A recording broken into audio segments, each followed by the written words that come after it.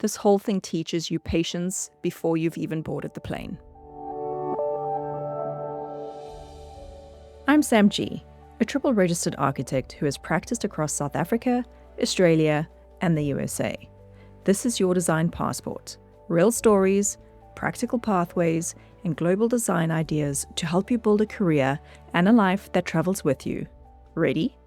Let's stamp your passport. Hey friends, I'm Sam G, and welcome back to Your Design Passport, where we talk about architecture, careers, and building a life across borders. Today's episode is part 1 of how I transferred my architectural qualifications from South Africa to Australia, also known as the OQA, the Overseas Qualification Assessment. If you're thinking about practicing in Australia, this is your starting line. Before we get into the steps, I want to acknowledge something weird about this process. According to the paperwork, you are already overseas before you've even left. It's such an odd feeling preparing documents for a life that hasn't happened yet. I remember thinking, thank goodness my obsessive sorting and filing tendencies paid off. But also realized I still didn't have everything. There were mountains of documents, old course modules, credit allocations, contact hours, and for the ones I couldn't find, I had to request them from the University of Pretoria. And then you wait, and wait, and wait. This whole thing teaches you patience before you've even boarded the plane. So let's start at the beginning. The Overseas Qualification Assessment, or OQA, is the Architects Accreditation Council of Australia, or AACA's way of saying, show us your academic training and your practice and prove it maps to Australian standards. It's essentially the academic and competency gateway. When I did it in 2015, it had 2 stages and an in-person portfolio interview. Today, it's a single portfolio-based assessment, done virtually, which honestly makes it more accessible and removes the need for a flight, a suit, and a binder the size of your ego. The OQA is mapped against the competency levels expected at graduation, and those competency levels vary between understanding and awareness based on the National Standard of Competency for Architects, or the NSCA. Translation: they need to see that your degree and early practice align with Australian expectations, not at a senior level, just at a grad-ready level. I remember standing in a South African police station in one of my lunch breaks with a manila folder thick enough to stun a small horse. The officer stamping my documents paused halfway and said, "How many more pages? My arm's getting tired and this stamp is going to run out of ink." And honestly, same. The pulling out of pages, handing them over for stamping, retrieving and refiling. Amateur mistake to let it all fall apart now and spend hours reorganizing. That was the first time I realized patience and admin are part of the terrain. Treat it like a project. Document, label, organize. Okay, here's your clean, no fluff checklist. Everything needs to align with the OQA guideline for applicants. First, document rules. All documents must be in English. If not, get them translated. Scan originals clearly and professionally. Your qualifications? Scanned original degree certificates. Undergrad and MArch Prof. In my case, I had to include the B.Arch Honours. Certified academic transcripts for each degree with subjects completed, weighting or the credits, points, contact hours, marks obtained. English language proficiency. Required only if your program wasn't delivered in English. However, if you are looking for additional points on your immigration application, acing the IELTS test could be the cream on top that pushes you into the pick me first bucket. Identification. 3 forms of ID. 1 must include a photo. This could be an ID card or passport. And if your name changed, provide the evidence. Quick side note, if you're married and your degree is in your maiden name, go to Home Affairs early.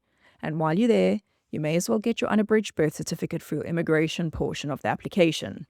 These certificates can take their sweet, sweet time. Professional registration. Proof of registration where you trained. In my case, SACAP, the South African Council for the Architectural Profession. It still makes me laugh. South Africa's certificate was just a PDF printed from the office printer. Australia and the US, they give you something worthy of framing. work experience.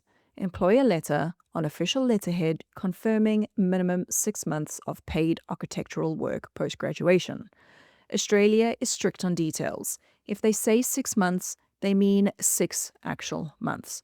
Don't risk being short and redoing your entire application. CV or resume. Break down your role and responsibilities over time. Depending on your experience, this could include academic and professional project experience. Include architectural research projects or competitions you may have entered. It all counts. Portfolio. 3 minimum, 4 maximum projects. Ideally pick 1 complex project, which could include a major build work or your thesis. 2 showing documentation, detailing, and contract admin. The NSCA mapping. Use the AACA's project summary pro forma to map your competencies across all 15 NSCA areas. Clear naming saves lives and weeks of admin. Be clear, concise, and consistent with the naming of your files. The NSCA summary statements, project summary pro formas, and cover letter. Application fee, declaration form, and third-party authorization letter if using a migration agent. If you're outside Australia, use the statutory declaration for overseas applicants. Let's talk certification, because this trips people up. Certified means different things depending on where you are. In South Africa, that could be a police station. In Australia, it could be through a Justice of the Peace or JP. In other countries, check their list. Notaries, Commissioner of Oaths, etc. Whatever route you choose, explain it in your cover letter. Show them the chain of custody. It removes doubt. Your portfolio is not just pretty pictures. It's a competency resume. For each project, complete the project summary pro forma. Clearly show where each performance criteria is demonstrated. Every claim needs evidence. Every competency needs a location. The AACA is very good at laying everything out for you. Follow their links and guidelines. And please read their formatting instructions. For example, your CV must appear in the portfolio after the cover page. It's written in bold red text. Don't miss it. Turnaround time is around 7 weeks, but only if your submission is complete. The biggest delays come from missing course outlines, incorrect certification, messy digital files or naming, out of order documents. Triple check these. Future you will be grateful. When the AACA finishes your assessment, you'll receive an email with the outcome or feedback prior to the competency assessment interview. If you are required to revise and resubmit documents prior to scheduling your interview, do so within the time limit. Don't be tardy with your response times. Refer to the results and appeal sections for protocols outside of a suitable assessment outcome.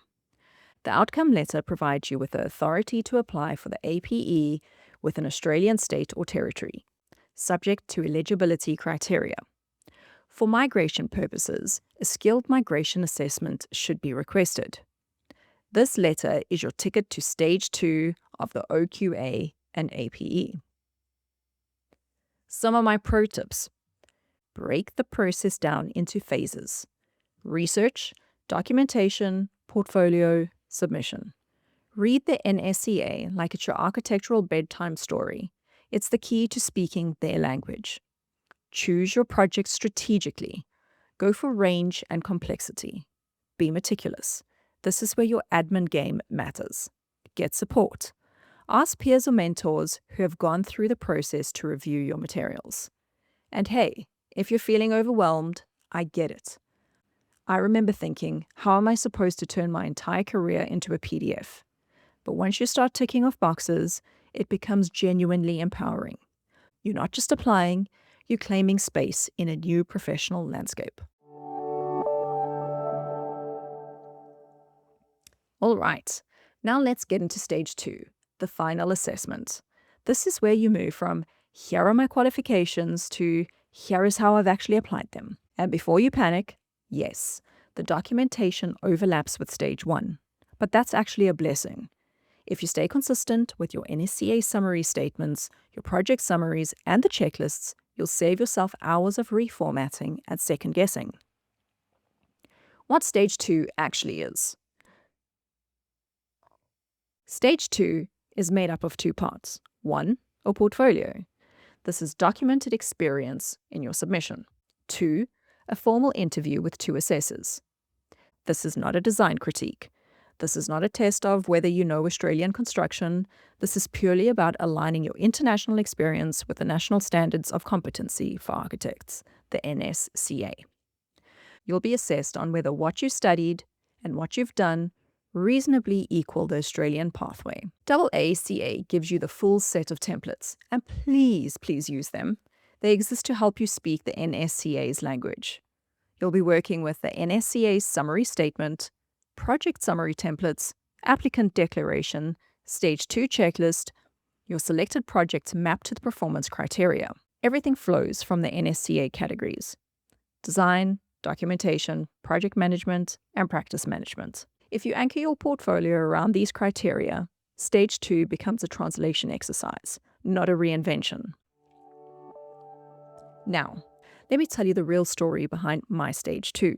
When I arrived in Australia, I was already working full-time, and not cool, new country, chill schedule work. It was the classic architectural grind. Long weekends, tight deadlines, and then because it's Australia, glorious weather every single weekend calling your name. So sitting down to build this portfolio, I'll be honest, it was a ball ache. It took hours to dig up old files from South Africa, re-export drawings, find old photos, track down people for dates, and then reshape everything into the NSCA format. If you're listening and you're still overseas, do as much of this as you can before you move. You'll thank yourself. The interview day. Here's where it gets funny. I took the full day off work. Showed up early, nervous, but ready. And the lady at the front desk looks at me and says apologetically that one of my 2 interviewers has forgotten about the interview entirely and is currently on a site visit on the Gold Coast. And for those not familiar, that's an hour and a half away from Brizzy CBD. I had 2 options: reschedule or wait. I waited. I wanted it done. I'd rearranged everything for this moment and didn't want to go through the exercise again. And honestly, I don't know if the examiner felt guilty for being late, but the interview ended up being so much less intimidating than I imagined. What the interview is actually like. I want to demystify this. Your assessors aren't there to trip you up. They're not testing your knowledge of Australian building codes or construction systems. They're confirming whether your education and experience are equivalent to someone who completed the accredited Australian pathway. They'll ask you about your role on each project, how you demonstrated specific NSCA competencies, how you applied architectural knowledge in practice. Nothing more, nothing less. If you've used the templates, mapped your project properly, and can speak confidently about what you actually did, you'll be fine. AACA even provides a helpful explainer video about the interview process, which I'll link in the show notes. The outcome? When the email came in, I held my breath. Favorable. Just one word, but what a word. And in that moment, I realized, from the AACA's perspective, I was now exactly where an Australian graduate would be after completing their accredited Master of Architecture. It's a humbling moment. The fact that I was a registered architect in South Africa running my own project meant absolutely nothing to them. From there, I was officially cleared to move into the APE. So that wraps Stage 2, the final assessment. We covered what the Stage 2 submission includes, how to use the NSCA template strategically, what the interview really feels like, and my own chaotic but comical experience waiting for an assessor who was literally an hour and a half away. If you take one thing from today, be consistent across Stage 1 and Stage 2. Your future self, whether overseas or already in Australia, will thank you. In the next episode, we're moving into the Architectural Practice Exam, the APE. This is where every candidate, Australian graduates and internationally trained architects, meet at the exact same starting line.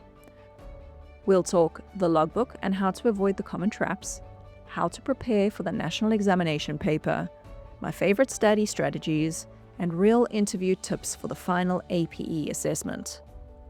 Think of this as your roadmap from OQA approval to that magical Architects Registration Board confirmation email. If you know someone going through this process, share this episode with them. It could save them weeks of confusion and hours of unnecessary work. Thanks for listening, and I'll see you in the next one.